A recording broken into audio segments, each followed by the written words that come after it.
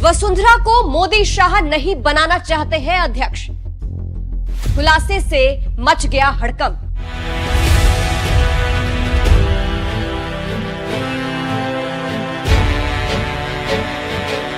इस वक्त वसुंधरा से जुड़ी एक बड़ी खबर सामने आ रही है।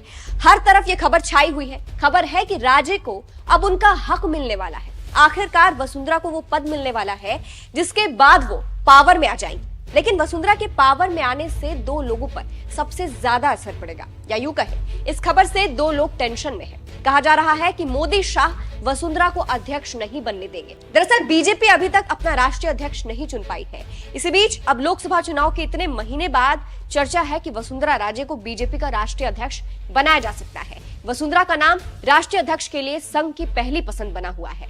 वसुंधरा को तो बधाई भी मिलने लगी। लेकिन अब दूसरी तरफ खबर ये चल रही है कि पीएम मोदी और गृह मंत्री अमित शाह ऐसा नहीं होने देंगे। अब ऐसे भी मोदी शाह और वसुंधरा राजे को लेकर खबर आ चुकी है कि इन लोगों के बीच पास्ट में कुछ भी सही नहीं रहा है। दोनों के बीच खटपट हमेशा देखने के लिए मिली है। ऐसे में फिर से यही खबर आ रही है। वसुंधरा के अध्यक्ष बनने की खबर के बाद सोशल मीडिया प्लेटफॉर्म एक्स पर राजनीतिक विश्लेषक निरंजन परिहार ने लिखा है, वसुंधरा राजे को सोशल मीडिया पर बीजेपी की संभावित राष्ट्रीय अध्यक्ष की अग्रिम बधाइयां मिलने लगी है। सुना है नागपुर वाले राजे को उपयुक्त मान रहे हैं। खबर यह भी है कि बीजेपी के दो दिग्गजों ने शिवराज सिंह चौहान का नाम सरकाया है। वैसे वसुंधरा राजे यदि बनती है तो राजस्थान के लिए तो गौरव की बात होगी, लेकिन राष्ट्रीय स्तर पर बीजेपी का ज्यादा भला होगा। लेकिन हर बार की तरह कोई चौंकाने वाला खेल भी संभव है।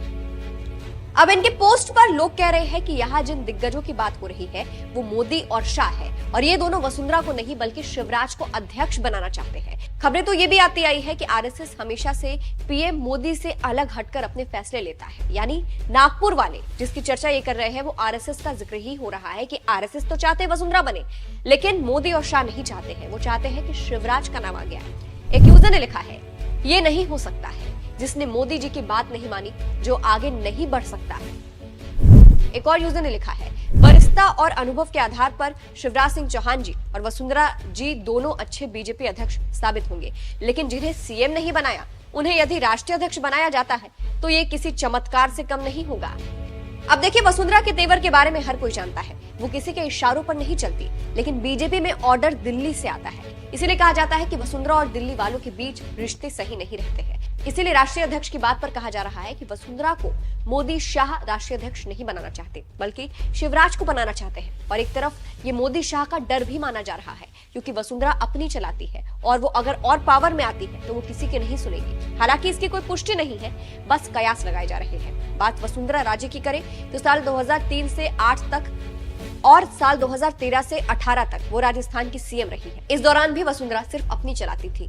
झालावाड़ जिले की झालरापाटन विधानसभा सीट से वो लगातार विधायक बनती आई है। वसुंधरा राजे 5 बार लोकसभा सांसद बन चुकी है। उनके बेटे दुष्यंत सिंह झालावाड़ बाड़ा लोकसभा सीट से मौजूदा सांसद है। 2023 के विधानसभा चुनाव के बाद भी उनको सीएम बनाने की चर्चा थी, लेकिन फिर भजनलाल शर्मा को सीएम बनाया गया, जिसके बाद से उनकी नाराजगी साफ दिखी थी। और लोकसभा चुनाव के वक्त भी वसुंधरा ने बीजेपी के लिए नहीं, सिर्फ अपने बेटे के लिए प्रचार किया था। फिलहाल अभी कुछ दिनों पहले वसुंधरा का एक बयान भी वायरल हुआ था जो आलाकमान के लिए तंज माना गया था। उस बयान के साथ आपको छोड़े जा रहे हैं। फिलहाल इस खबर पर आपकी क्या राय है? आपको क्या लगता है कि वसुंधरा को सच में मोदी शाह राष्ट्रीय अध्यक्ष नहीं बनने देना चाहते हैं? कमेंट करके जरूर बताइएगा। नमस्कार। भंडारी जी ने कितने कार्यकर्ताओं को ऊंचाई तक पहुंचाने का काम किया।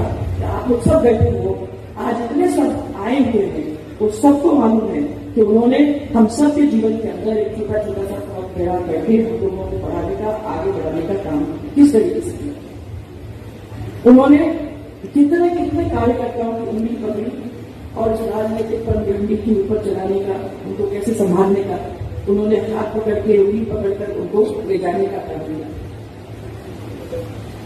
पर वफा का वो दौर अलग ही था।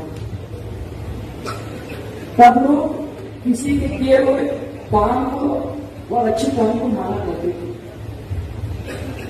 और कोई उपकार होता था तो उस उपकार को भी अच्छी तरह से समझते थे और उसको भी माना करते थे। लेकिन आज आपको बहुत कुछ देखने को मिल रहा है। लोग उसी उंगली को पहले काटने की कोशिश करते हैं जिसको पकड़कर वो चलना सीखे थे। 1966 में